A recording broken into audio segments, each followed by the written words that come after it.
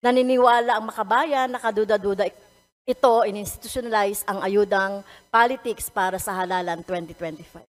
Kung di saan man idinadaan ang pondo ng bayan sa mga politiko, mga maskara ng tulong pinansyal, pero epektong campaign at vote buying. Well, unang-una, wala naman pong problemang tumulong sa tao. So, bakit po natin lalagyan ng mali siya yon? At kung titignan po natin yung pag-aaral na ginawa ng DSWD, meron po talaga tayong sektor na tinatawag po nating near poor. Sa lahat ng social amelioration programs ng gobyerno, if you look at the cost-benefit analysis, pinakamalaki po yung benefits ng Estado mismo. Mas malaki ang ROI kung sasabihin natin pag ang pinag-usapan natin AKAP. Bakit?